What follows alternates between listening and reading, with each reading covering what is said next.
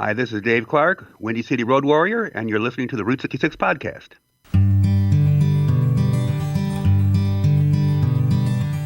Route 66, Route 66, right along with the Route 66 podcast. For talks with people living and working along the Mother Road. The main street of America, from Chicago to LA, bore a heavy load. Route 66, Route 66. Sometimes historical paths aren't discovered until they're lost. Ride along with the Route 66 podcast.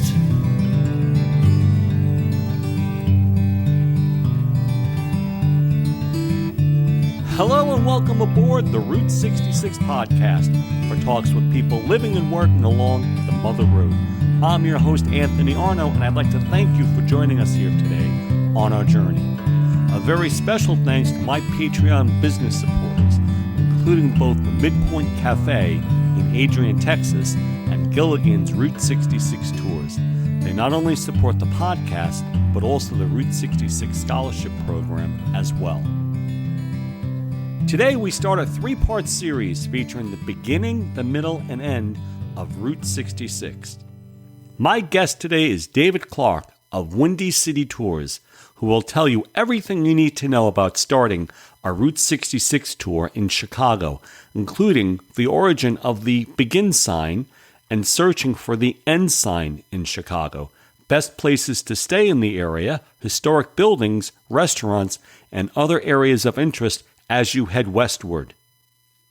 Future episodes will include the Midpoint Cafe in Texas and a talk with Dan Rice, who has really put Route 66 on the Santa Monica Pier, including that famous end sign. You know, I'm often asked who is the most interesting guest I've had on the podcast. And let me tell you, that's not an easy question to answer. Many of my guests I've made a special connection with, especially if I may have met them on the road while traveling. Well, I just learned about the passing of a very special guest who was truly living out his dreams along Route 66. Dennis Casebeer, who was my guest here on episode number 18, where I featured the town of Goffs, California, located in the Mojave Desert. Now, Dennis was a fanatic of the road. Not our road, but the one that came before 66, the old Mojave Road, which stretches for 140 miles across the Mojave Desert as 19th century travelers headed westward. Dennis reminded us on that episode that the Mojave Road was there long before the Mother Road ever existed, as far back as 1858. And what he did was he took an old schoolhouse in the middle of the Mojave Desert and converted it into a museum featuring the Mojave Desert Culture and Heritage Center. I'd like to play for you a clip from that episode where Dennis talks about General Patton using the area back in 1942 as a training site before moving on to Africa. And he uses the site as training ground for a 6-week period with some 16,000 men and what has been left behind. Now, when I play this clip, listen to the sound of his voice, the passion for an area of Route 66 that time has long forgotten.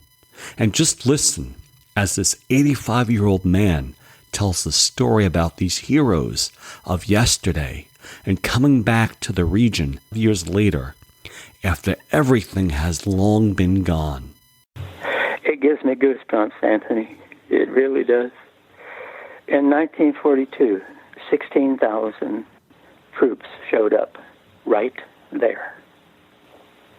Were there for 90 days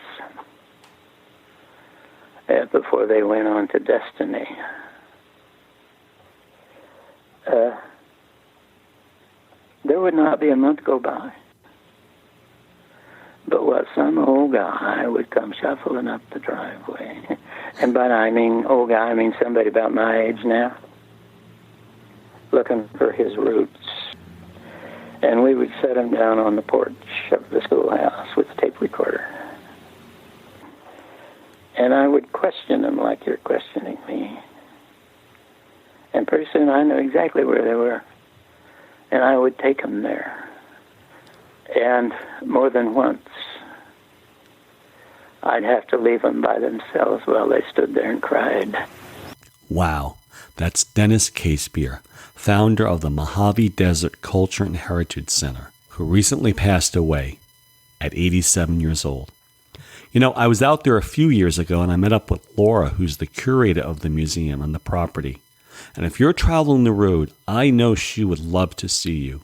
In fact, for that trip, I landed in Vegas and I drove 90 miles to her place with a box of donuts. And believe me, Goff's is one of those places that does not receive many tourists.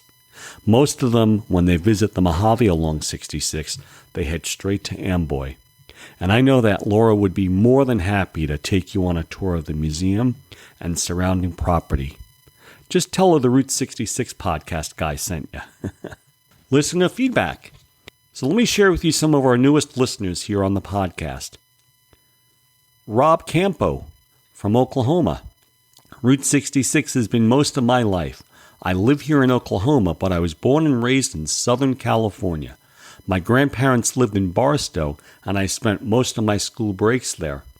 I'm very intrigued by the whole significance of Route 66, the El Rancho, the Sands, Topper, and all the other neon sign businesses. I'd pass them by daily and thought nothing of them. I totally look at them all differently now. I've listened to all of your episodes, but I've listened to the Fred Harvey one especially more than once. There's a Harvey house in Barstow. In May, we're planning to visit the Route 66 Museum in Clayton, Oklahoma. Jonathan Sanford from Michigan. My interest with Highway 66 began on June 26, 1985. That was my 8th birthday, which was also the day that the highway was decommissioned. Mark Wilson from Dallas, Texas. I was born and raised on Long Island. I've been to Tucumcari 3 times, and I always stay at the Safari. One day, I plan to do the whole trip from Santa Monica to Chicago. This summer, though, we're going to travel the leg from Chandler to Tucumcari. I stumbled upon your podcast only a few weeks ago, and I've been listening to it and enjoying it. As a history buff, Route 66 fits right into my interest. I also belong to the historic Route 66 Facebook group. Well, thank you to all of my newest and latest listeners, and I hope you enjoy the show as much as I enjoy producing it. Please remember, the Route 66 Scholarship Program has opened up, and we're taking entries from students in grades K through college who can successfully demonstrate the spirit of Route 66 in their own special way, whether it be artwork, crafts, music, theater, photography, personal interviews with those recollecting earlier days on 66, or a multimedia presentation. The college award alone is $500. Students are encouraged to listen to past episodes of the podcast for ideas and topics that may be of interest to them as a starting point.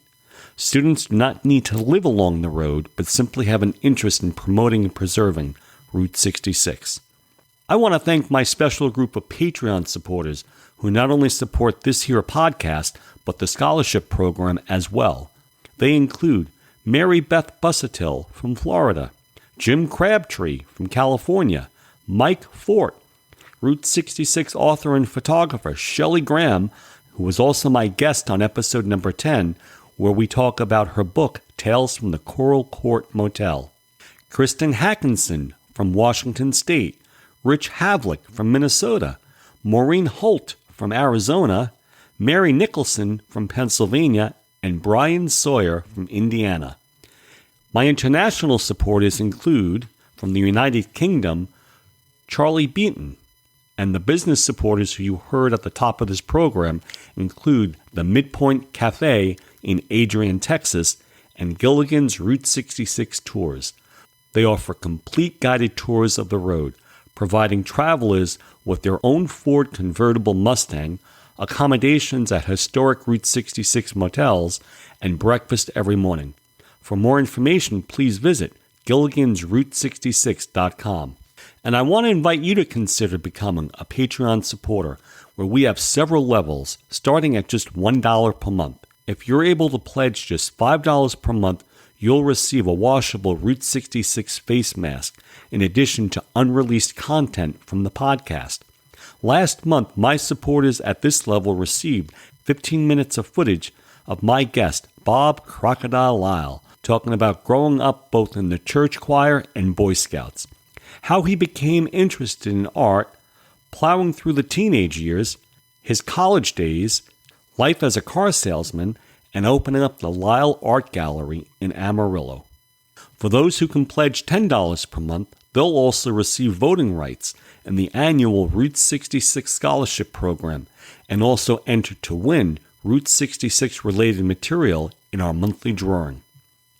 And the winner this month is Charlie Beaton from the United Kingdom, who has won a copy of the Road Crews album, Songs from the Mother Road, featuring a collection of all Route 66 related songs. Congratulations, Charlie. We also have a business level for mention of your business along the road, which you heard at the very beginning of the show. And again, thank you to the Midpoint Cafe and Gilligan's Route 66 Tours. If you're a monthly Patreon member between now and May 31st, 2021, we're going to send one lucky winner official bag of Route 66 brand sweet and salty Chicago-style snack mix. On the last episode, I asked you, what is your favorite Route 66 museum? Today I want to share with you a response I got back from Clinton, Oklahoma. Here's Pat Smith, director of the Route 66 Museum. The Route 66 Museum in Clinton, Oklahoma is the largest museum dedicated to the history and culture of Route 66 from Chicago to Santa Monica, California. Our museum tells the history by decades, from the inception of the road in the 1920s through the end of the road in the 1970s. Thanks, Pat. And even if you're just passing through, they have a really neat Valentine diner that's been restored that sits outside the museum. These are the prefabricated mail-order type diners that back in the 1940s and 1950s were very popular.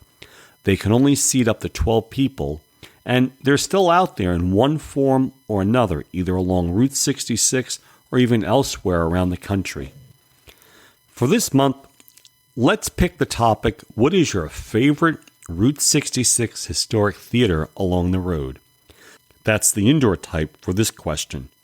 Almost every state has one along Route 66 that still exists today and is still operational. What's your favorite? I'll be giving away both a free Route 66 washable face mask to one random podcast listener who shares with us their favorite Route 66 theater. In addition, I'll also send you a bag of Route 66 brand sweet and salty Chicago-style snack mix. Either send that to me here at our website, route66podcast.com, or record a short 30-second message. Simply visit the Route 66 Podcast webpage and click Send Voicemail tab on the right side of the page where you see the microphone tab. Good luck. And now here's the trivia question for today's show. On the last episode, I featured Bob Crocodile Lyle, who's the man behind Lyle Art Gallery and the creator of Catalyte Art and Jewelry. How exactly did Croc get the nickname Croc or Crocodile? The answer after today's show. So my guest today you can find either at the very beginning or end of the road, depending where you start. He has 3 published books related to Chicago and Route 66, including Route 66 in Chicago, which won the Best Nonfiction Award from the Illinois Women's Press Association. Please welcome to the Route 66 podcast, Dave Clark of Windy City Road Warriors. Dave, how are you doing today? Doing great. Thank you for joining me here today on the podcast. Thanks for inviting me. Dave, what is your earliest memory of Route 66? So my earliest memory of driving the road that is 66, I didn't know it was 66, but it certainly was.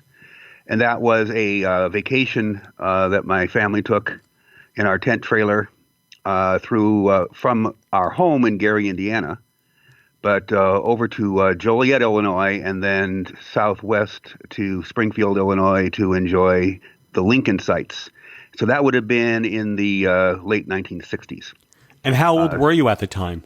About 10 years old or so. Okay, and did you enjoy that, camping out in the pop-up tent trailer, or was it just another road trip that Mom and Dad were dragging you on? It's one of the ones that is really indelible in my mind. I can remember virtually all about camping at New Salem State Historic Site, where Abraham Lincoln spent his early adult years in Illinois, which is a recreation, and it's just off of 66 by about 10 miles. And I vividly remember touring the Lincoln home right in Springfield, Illinois. So all those things and getting there. And then from there, we continued southwest to St. Louis and stopped at the Gateway Arch. And this would only have been about 3 or 4 years after the Gateway Arch was built. Yeah, wow, back in the 70s. Yeah. Now, Dave, have you been up and down the road from Chicago to Santa Monica? So that has all been in the last 20 years or so. But yes, absolutely, many times now. Always in short sections, almost never the whole road all at once because, we just travel too slow to do that. But certainly, many times now. Now, being from the Windy City, obviously you're in an urban environment, but do you have a favorite spot along the road? Different spots for different reasons. They all, there's so many different types of terrain, so many different types of towns. And so my favorite place for just the sheer joy of driving it is in the Ozarks in Missouri. Of course, you can't beat the beauty of the West. So right. Different stretches through New Mexico and Arizona and California. The stark beauty of the desert in California is amazing. But as a historian, I always really enjoy the urban stretches because the purpose of the highway to begin with was to spread commerce from urban to rural and vice versa, and to connect these places. So without those urban centers, there would be Nothing. 66. Yeah. Now, how did you get involved in tourism on Route 66, especially in Chicago? Well, it kind of grew organically out of first just simply because I was dragged all over the country by my family when I was young. My dad would never leave a museum without reading every plaque and reading everything. With my attention span as a 10-year-old, I usually could get through a whole historic site in 10 minutes while he was still in the first room. That's me. So, yeah. So exactly. So I got to the point where, since we're going to be here a long time, I might as well read something too, and I got hooked. So I've always been a lover of history. Now, I'd always been a English major in college, and so as I got interested in 66 as an adult, I realized that nobody had done the research on this section of it here in Chicago in any detail. So I figured it was high time that I polished off my writing skills and get busy. And then as I wrote the books, people started coming to town asking me to show them around, and it sort of just took off from there in terms of tourism. I started doing it just as a favor to friends, and and decided to see if I could do a little bit more of it, as a vocation too. Good for you. And where does the road begin in Chicago? So there's a begin sign at the corner of two streets, Adams Street and Michigan Avenue. And that begin sign is for the historic designation that has been placed upon the highway, which I'm sure most of your listeners know it's a decommissioned highway. It doesn't officially exist anymore. And so travelers from all over the world come to Chicago to take their picture underneath the begin sign at Adams in Michigan. What most of them do not know, unless they've read some books, is that was not ever the beginning of the highway right there at that corner. The official beginning was 1 block south at Michigan Avenue and Jackson Boulevard. Right. Jackson Boulevard is currently a one-way street eastbound and has been since 1953. But prior to that, it was a two-way street, and therefore the whole highway could be contained on this one street, Jackson. But since 1953, they did move westbound 66 to Adams Street. But it still was not the beginning of the highway at Adams, Michigan, because in the 1930s, 66's beginning was moved out to a new highway right near the lake in Chicago called Lakeshore Drive. And so the beginning of it moved on Jackson 2 blocks further east, which is where it remained, even with the one-way designations. That portion was still a two-way street. So the beginning was always on Jackson, either at Michigan or at Lakeshore Drive. But I did some digging into why they put the begin sign at Adams, and it's simply because we don't want to kill our tourists. If they had placed such a begin sign out on Lakeshore Drive, where it really should belong these days, that would mean people would be stopping in the middle of a very busy highway to take their pictures underneath that sign, and they would probably get killed. Yeah. Traffic would not stop for them. So it's at Adams in Michigan, mainly because that's a safer place for tourists to pull over. So, but nonetheless, it still is part of 66. It's just not the official beginning, but that's where the sign is. Now, we know that Adams in Michigan does have that begin sign. Is there an end sign anywhere in Chicago for the travelers traveling from California to Illinois? Yes, there is, and it's right where it should be at the original end and beginning at Jackson. So as you come eastbound on Jackson through downtown Chicago, you come to Michigan Avenue, and there you'll find your sign that says 66 ends. And that was the original beginning and end, so that's a very fitting place for it. Oh, interesting. I never knew that. How about that? Yeah. So often I will take my tour groups that are on walking tours. I'll start them at Adams in Michigan, show them the begin sign, explain that story I just told you, walk them 1 block south to the end sign, and then I'll tell them, well, hey, you've just done the whole 56 beginning to end. You're done. Circle. Go home. Sure, yeah, sure. And what is it like at the begin sign regarding parking for the Route 66 traveler who might want to take that ideal photo op? Well, nobody's ever gotten a ticket for just pulling over and taking a picture. But it is not legal parking. In fact, the space right next to the sign on the south side of the street, there's 2 signs, one on the south and one on the north side of the street. The one on the north side is right by the intersection, so that's definitely illegal parking there. But most people pull over by the one on the south side, which is fine as long as the members of the Filipino consulate aren't in town, because that is a reserved space for the consulate of the Philippines. So most of the time they're not there, and it's an open space, and you can park there for a few minutes and take your picture, but you can't leave it there. Everybody pulls over and does it and enjoys that and pulls on their way. Or you can take a walking tour with me or somebody and enjoy it at a slower pace just by walking up to it.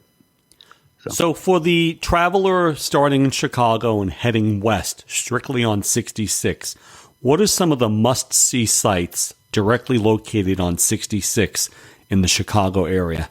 Well, I would suggest the begin sign, of course, is a great place to start. You go just a few blocks and you come to some of the iconic restaurants that have served travelers and Chicagoans for decades, including the Berghoff, which is one of Chicago's longest going restaurants. It was the place during the Great Depression that got the very first, right after Prohibition was lifted in 1933. They were the first ones to get a liquor license in Chicago, liquor license number 1. Wow. And since they have never let it lapse, every year when they renew, they get the same number. So to this day, they have liquor license number 1 of Chicago. Lou Mitchell's is the iconic restaurant that serves travelers. They are on Jackson, thus the eastbound side. But they are on just west of downtown Chicago, near our Amtrak train station, Union Station, which prior to it being Amtrak, and when it was opened in 1924, it was home to several railroads, including the Chicago and Alton Railroad, that had blazed the trail for 66 from Chicago down to East St. Louis. And so Lou Mitchell's is over on that side. People coming from California will drive right past it. But it's just one block south of Adams. And they've been serving travelers since 1923, whether by train or by car, as well as the residents of Chicago. And some of their claims to fame include donut holes to everybody waiting in line to get in. They're just handed out. And everybody gets a little scoop of ice cream with every meal, including any breakfast you order. So ice cream is for breakfast again here in Chicago. Tell me, is the Castle car wash the same as the Castle gas station? What can you tell me about that? Right. So for most of its life, that building was a gas station. Then in, I believe, the 1990s, somebody the gas pumps had been taken out by then. And so somebody bought the building and converted it into a car wash that didn't work. So for only a matter of a couple of years was it a car wash. So yes, what is often referred to as the Castle car wash is actually the Castle gas station that I was referring to. Sometimes referred to as the Murphy gas station because John J. Murphy was the main owner for virtually the whole time that Route 66 was an official highway. The guy running it was John J. Murphy. And what's left there today of the Castle car wash gas station? Is that a good photo stop? Absolutely. So the owner previous to the current owner spent some money in tuck pointing the building, cleaned off all of the paint that mentioned car wash, restored all of the beautiful stonework on it, and so yeah, it is simply a photo op. There is no business there, but it's definitely worth pulling over to snap a picture as you go through. Now, is Buckingham Fountain affiliated with Route 66 at all? Is it any part on the history of Route 66? So, Buckingham Fountain is in Grant Park, which is the park right at the beginning of the highway. It sits in between Lake Michigan and Lakeshore Drive and Michigan Avenue. And if you were on Jackson, which there is still 66, well, it was. That's the two-way section of Jackson still. If you look due south, about half a mile south of there, that's where Buckingham Fountain sits. So it's a clear shot. You can see it directly from Jackson. It's certainly a nice place to go to enjoy these skyline views of Chicago. In the summertime, they play music to the dancing waters of the fountain. It's one of the larger fountains. When it was first opened, it was the largest fountain in the United States. Wow. There's plenty bigger now, lots of them. There's even bigger ones in Chicago, but it was huge at the time, and it was important as a focal point of this lakefront park that was part of the city reclaiming the lakefront for its public space. Because prior to the building of this lakefront park, the lakefront was, like most big cities, very industrial. There was railroad tracks running right along a breakwater right off the shore, and so there was smoke and noise, and so there wasn't much out there for recreation. And in the early 1900s, the city started filling in the lake, creating a new strip of land and moving the shoreline, further east. And then this was turned into the parkland we have now. And so it was part of that expansion that created the new starting ending point for 66 in 1937. So although the fountain isn't technically right on 66, it's certainly very visible from the beginning of the highway. Dave, what kind of logistical recommendations could you make for somebody who would truly want to fly into Chicago and drive the entire road? Well, if they're they're flying in, that means they're renting a car or getting some sort of vehicle here. Yeah. Logistics. I mean, if they want to experience Chicago and have the budget for it, staying at one of the downtown hotels is always my recommendation. And there are several right near the highway. If you really want the full experience, I would say you need to spend at least one day in Chicago, enjoying the city and enjoying the corridor that is 66 by foot, because there's so many buildings along it that you can go into and out of and see, and get a real feel for, why 66 exists. It exists because of these urban spaces. Are there any authentic hotels directly on 66 in Chicago? So the one building that has always been a hotel since 1927 is the W on Adams Street, but it originally was known as the Midland Hotel, and that was from 1927. So it has always been a lodging. Now, the current iteration of it is they have modernized the interior, but again, it's always been a hotel and right on 66. There are several buildings that are marvelous places to stay that were something else and have been repurposed into hotels. And that would be, for instance, on Adams as well, the Club Quarters on Adams in downtown, as well as the J.W. Marriott, which is in a former bank building. And it's just gorgeous inside. And then brand new, and I actually haven't been inside yet to see it, there's a Hyatt in the former Cook County Hospital building, which is adjacent to the highway right on Ogden Avenue on the west side of Chicago. And so that is a repurpose that just happened, a repurposed of an old hospital building. Well, that sounds neat. I'm sure it's amazing because it's a huge building, and it's a major new property. So now, if price is a problem, and these can be pricey in downtown areas of any big city, there is a just north of downtown, the Ohio House is a motel with free parking, and it is I believe around $100 a night, which for downtown Chicago that is pretty inexpensive. And so that's a motel feel like you get on 66 later, but right here in Chicago. And then less expensive options would be something if you're flying in near one of the airports, one of the hotels there, and you can take public transportation from the airports into downtown to explore. So that's another way to do it.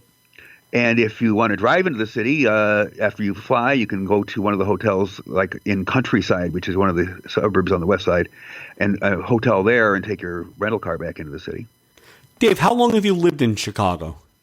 So I've lived in the area my entire life. I lived about an hour away or half hour away in Indiana until I got out of college. I've been in Chicago on my own since 1980. And do most Chicagoans embrace Route 66, would you say? No. Why is that? Why is that? I wish I knew. I certainly didn't know much of it my first 18 years or so either. First of all, it seems to me that those people who, there are some younger folks, but it seems to me that's the kind of thing that we all kind of mature into. Mm-hmm. The things that are of interest along it are things that you might not pay much attention to when younger, and you get to a certain age, then it's more appealing for some reason, and so. There seems to be a larger now. The more that's been talked about 66 over the last 20 years, there's more awareness now than there used to be. But I still get people who come across my tours on the internet, sign up to take one. I meet them downtown and under the sign on Adams Street. And they said, I've walked down the street 100 times. I never knew this is where it began. Wow. I never looked up and saw the sign. Wow. Incredible. And indeed, I've been in the Berghoff or other restaurants, and I just at the bar, and I ask somebody, do you know where 66 starts? And they don't know, and I point out the door, and I say it's right there, and they're amazed. So they know of it, but they just have never. But that's true in a way. I've noticed of anybody's hometown. Oh, absolutely. You'll go the other side of the world and go into a museum that's very similar to the one that's right in your hometown that you've never stepped in. Then we both lost our jobs one summer, and we had very little money. So we decided that, well, while we're job hunting, let's just enjoy Chicago like all these visitors do. Let's just tour the town like visitors. And we fell in love with our hometown. So before that, I was ignoring it too. Yeah. So once we leave Chicago, how much of a challenge is it to travel down Route 66 and avoid the toll roads and the interstate? There are a couple places where it would be difficult to do unless you were very determined. And one of those is right outside of the first county here, Cook County, where the course of Original 66 is gobbled up by the interstate. But if you've got a good guidebook or a good navigation app, there's a couple of good ones out there now, you can follow a road that was 66 for estimates vary, but between 80 and 85% of the way, maybe 90% of the way almost. Some road that was during its official commission years was 66. The exceptions being, like I said, that little stretch of about 9 miles in DuPage County of Illinois. There's a section right around Springfield where you pretty much have to get on the expressway. And there are sections out west that are the same. Yeah. But that's the good news is here in Illinois, our primary signage for the historic routing of 66 is pretty good. They do a pretty good job. Absolutely. Yeah. It can be spotty here and there and spotty in other states. They're all getting better. But the key there is primary signage. There's such in highway nomenclature, there's something called secondary signage, and that's where you're on a side street, and there's a sign telling you you're approaching a highway. Well, there are no such secondary signage as telling you you're approaching historic 66. So if you do get lost off of it, there's no signage to help guide you back on.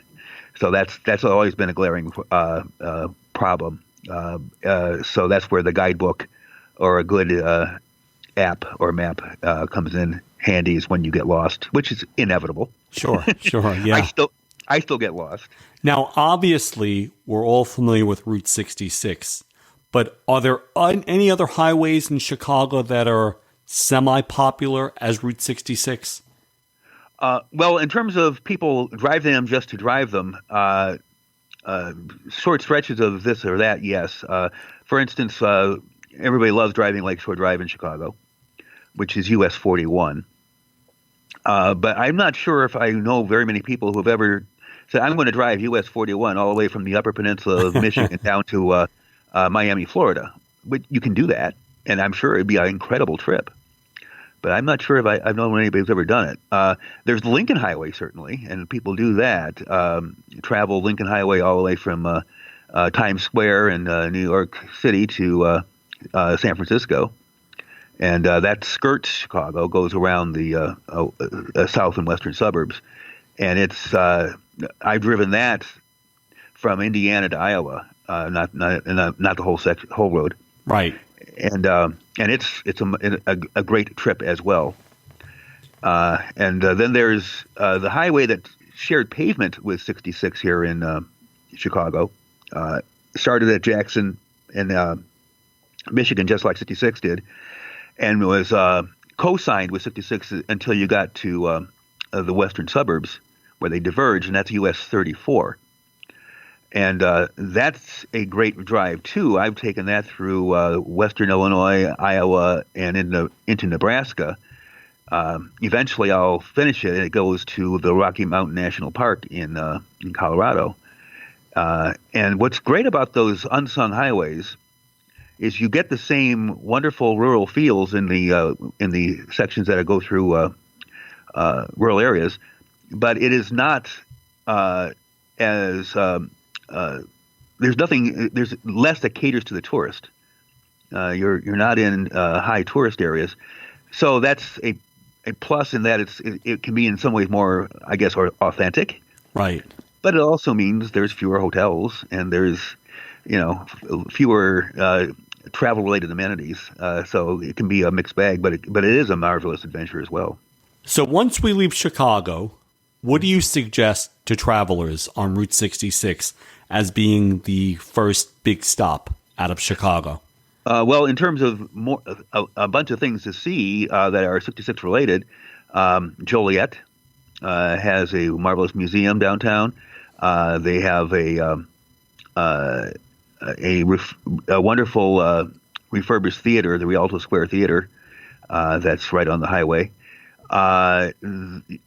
Get down just south of Joliet is Wilmington, Illinois, where there's one of those muffler men, fiberglass giants statues out front. Gemini Giant, right. A Gemini Giant that looks just like a spaceman from a 1950 science fiction movie. Yeah, we had the Gemini Giant on episode number 23. Now, how far is Joliet from Chicago? 45 miles. Okay, so that would be what? Maybe an hour? Yeah. Okay. Yeah. A little more if you're stopping to take a bunch of photographs like I do, but if you're just driving it, sure, about an hour. And where would travelers plan to spend the night if they're leaving Chicago? What would be a good destination for the first day on the road? Most people who are taking it kind of at a good, slow pace, but not like crazy slow, usually make it to Pontiac, Illinois. And there's a lot there. So that's a good place to spend, after the first day, to spend the next morning before you leave town. Because there's at least 5 museums right within their town square downtown, including the Route 66 Route 66 Hall of Fame and Museum, as well as the Livingston County War Museum. They have a museum of a car museum, the Oakland Pontiac Car Museum.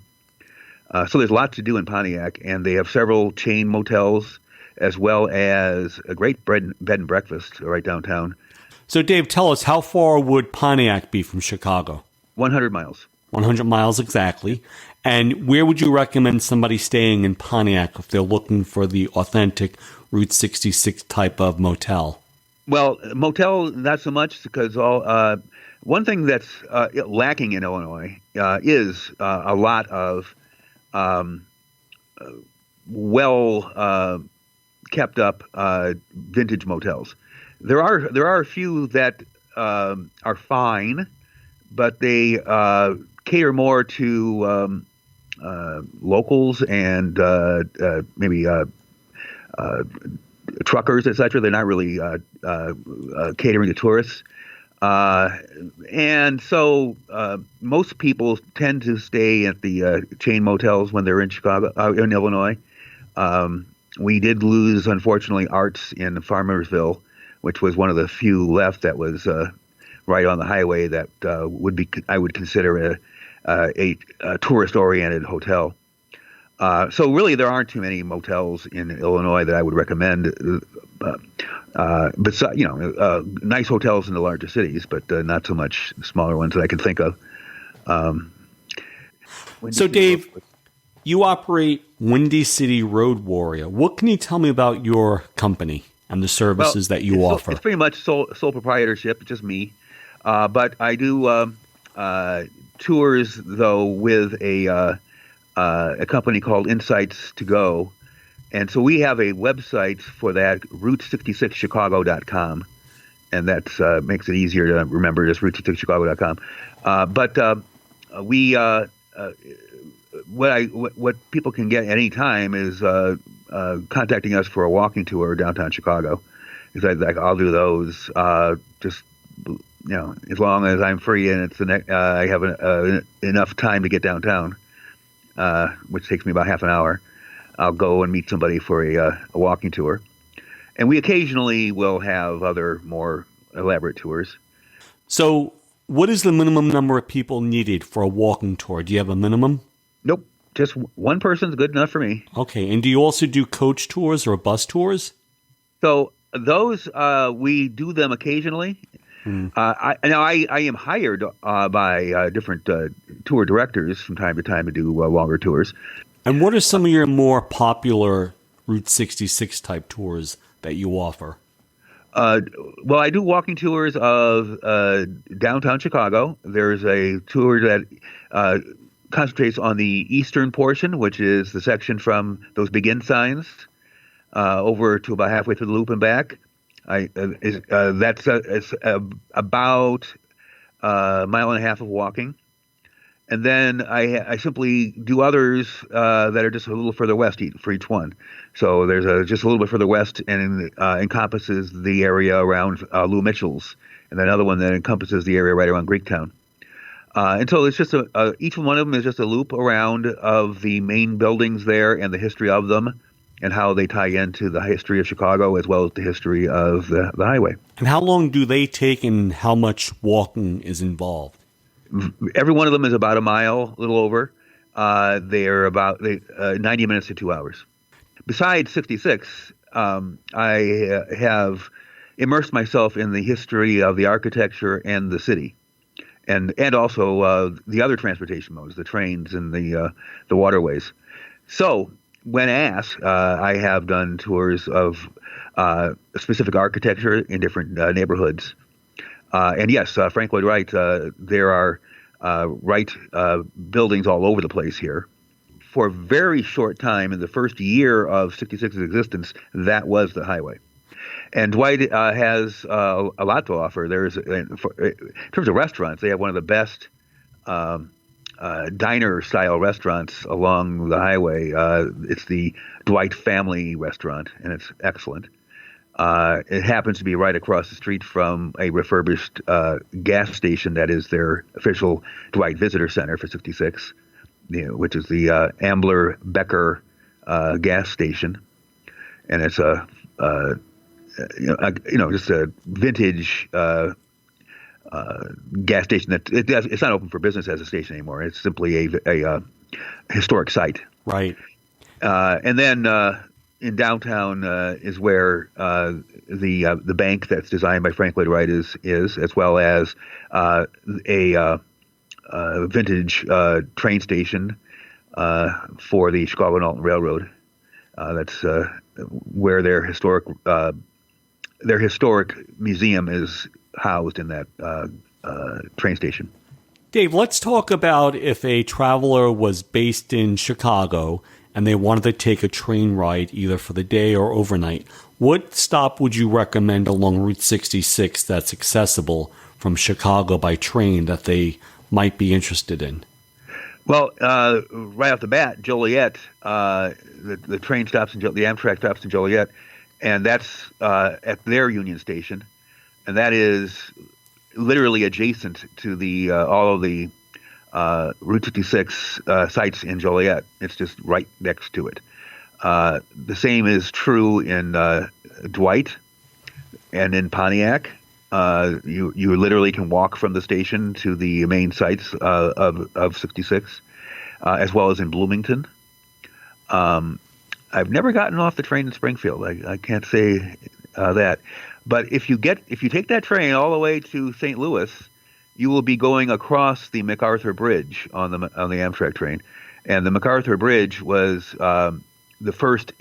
Now it's strictly a railroad bridge, but in the heyday of 66, it had two decks, one for the railroad and one for the cars, and it was the first bridge used by 66 traffic that was going directly into the city of St. Louis. The earlier bridge used by 66 skirted to the north of St. Louis, the McKinley Bridge. So taking the train is your only opportunity to go across that bridge these days, because many years ago the car deck was removed. So it's strictly a train bridge now. So the only way to cross it is by train. Wow, that'd be a great trip. Oh, it is. It's a wonderful way enjoy a little bit of history. So, Dave, tell us a little bit about your website and what you're offering on your website for our listeners.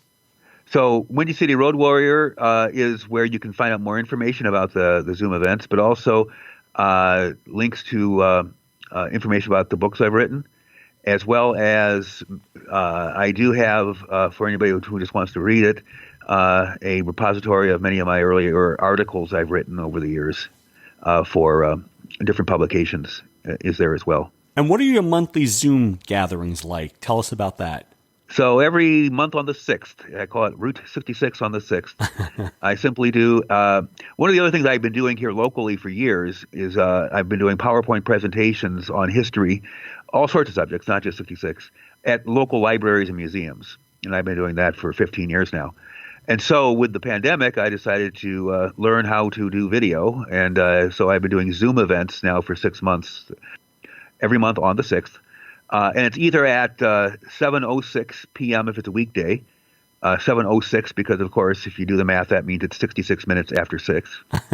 Okay. And those are at that Central Time. So those are simply a deep dive into some part of the story of 66.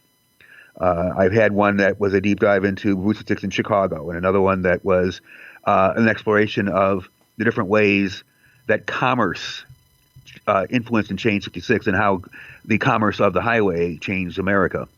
And I've done another one about a truly deep dive into the history of a specific spot on the map, and all sorts of amazing things that happened there, including a blimp disaster, as well as it was also happened to be the place where time became standard in America. So, Dave, you've written 3 books about Route 66, including Route 66 in Chicago. What are the other 2 books you've written? So my first one was called Exploring Route 66 in Chicagoland. Exploring Route 66 in Chicagoland, which was a guidebook, block by block, with walking tours as well as driving tours. And it went from Chicago through the western suburbs, right to the spot where 66 gets swallowed up by I-55 at the end of the county. And then the Route 66 in Chicago was my second one, and that's was the one that was published by Arcadia Publishing. And so that's available wherever books are sold, I guess. And that is a pictorial history more than it's not a guidebook at all. It's a pictorial history to why the road started here and how it evolved over time. And then the third one isn't just about 66. It's more about a history of Abraham Lincoln in the state of Illinois. Okay. Now, are most travelers, whether it be domestic or international travelers, do they make the connection with Route 66 and Lincoln, or are they just here for Route 66? It depends. For the most part, international travelers are less interested in it. They're more interested in the highway itself and the adventure, this great American adventure of the open road. Do you get a lot of repeat customers, Dave? Sure do. And what do you think they're looking for? Those are the folks who are really just looking to know as much as they can about the road. They're the history even. Some of them are just more history buffs than 66 specific. So they want to know as much as they can. Simple as that, and they're enamored with what they can learn about American history. What I've often found is that 66 is a great metaphor for the story of America. Yes, it's a great lens for understanding virtually all there is to know about the country, good and bad. Yeah, it's the Mother Road, but it's also Bloody 66. Mm-hmm. It's this place of adventure that goes through places where horrific things happen to Native Americans, and so you get the whole picture. You can learn about just about anything you want to learn about by traveling it. Dave, why is Route 66 so important to you? Well, for the part of it is what I just said. That as I learned more about it, I realized what a great lens it was, and I've always been a history buff, especially since my adopted hometown of Chicago is so central to the story of the expansion of the country as a gateway to the West in the railroad era first. And so it was so at first I thought, isn't it interesting that 66 started in the place where the railroad started? Then I realized, well, it's not just interesting. That's the cause. That's why. On purpose, yeah. That was the exact reason it started here. And so that fascinated me. And so then as I became more obsessed with it, I guess, and realized how useful it is, not just on its own, but also as a metaphor for the country, it also is a good metaphor for me for the journey we're all on, the journey of life, and how you can. So I've used it as a way to reflect mindfully on my own life. I've used it as a way to explore the history of the United States, and I've used it now as a vocation. So for all those reasons, it kind of doubles back in meaning and importance the more I do it. Absolutely. So we're talking today with Dave Clark of Windy City Road Warriors. Dave, what is the website again? WindyCityRoadWarrior.com. So thank you, Dave, for spending time with us today, and also to your dog, Roger. Anything else you want to say to our listeners before we say goodbye, Dave? If you can, get your kicks on 56. Excellent. Sounds good. Thanks a lot. All right, bye. All right, bye-bye. That's Dave Clark of Windy City Tours, part 1 of a 3-part series featuring the beginning, the middle, and the end of Route 66. And now the trivia question for today's show. On the last episode, I featured Bob Crocodile Lyle from Lyle's Art Gallery in Amarillo, Texas. Here's the question. How did Croc get his nickname? Well, during my talk with him, he spoke about taking a group of scouts to the World Jamboree down in New Zealand. It was during that trip that one of the boys made reference to Lyle Crocodile, a picture book written way back in 1965, where everyone in the neighborhood loves Lyle the Crocodile, except for a cranky neighbor and his nervous cat. Well, the name started to stick when Croc began using that nickname, Crocodile Lyle, for his car dealership commercials. Next time on the podcast, part 2 of the current series featuring the beginning, the middle, and the end of Route 66. We're going to the Midpoint Cafe in Adrian, Texas. Here's a clip. But as far as the beginning of it, Joanne Harwell's grandmother was showing her how to make pie crust, and hers didn't come out quite as pretty as her grandmother's, and so she called it the Ugly Crust Pie. Last year we went through over 1,500 pies. The coconut is probably the best seller, but we have chocolate peanut butter, our Elvis, which is chocolate peanut butter and banana. We have pecan, apple, and Tennessee whiskey chocolate pecan, but they all sell good, but I think our coconut is probably the best seller. Tell our listeners about the most popular sign in that town. That sign right there probably brings us in more business than, we had 84 countries come in last year. That sign is like amazing. What was the reference with the Midpoint Cafe and the movie Cars? It is the VA Cafe, and Miss Flo is actually Miss Fran. And the two Miata twins are the two waitresses that worked here at the time, which is Christina and Mary Lou. But you know what? I think that every person that walks through that door that is traveling Route 66 is special. That's Brenda Hammett from the Midpoint Cafe, who used to work at the cafe before she became the owner back in 2018. Please encourage any students you know to submit an entry into the Route 66 Scholarship Program. The deadline is June 30th.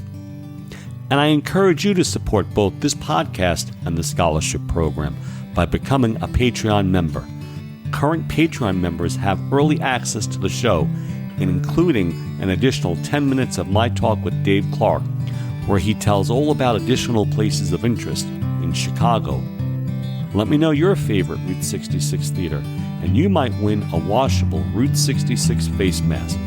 I can tell you that almost every state has an operational historic Route 66 theater that was built during the infancy years of 66, and I know many of them still give tours.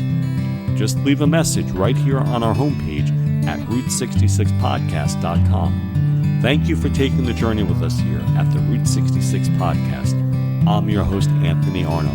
Be well.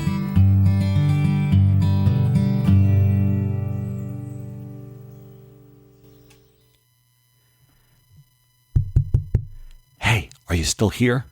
This one just came in from the Kingman Visitor Center in Kingman, Arizona. Visit the Route 66 Museum in the Kingman Visitor Center right on Route 66 in Kingman, Arizona. The exhibits highlight the chronological history of Route 66 in America. They also have a rotating art exhibit currently featuring photographer Efren Lopez. While you're here, check out our 2 gift shops, walk across to Locomotive Park, or grab a shake at Mr. D's Diner.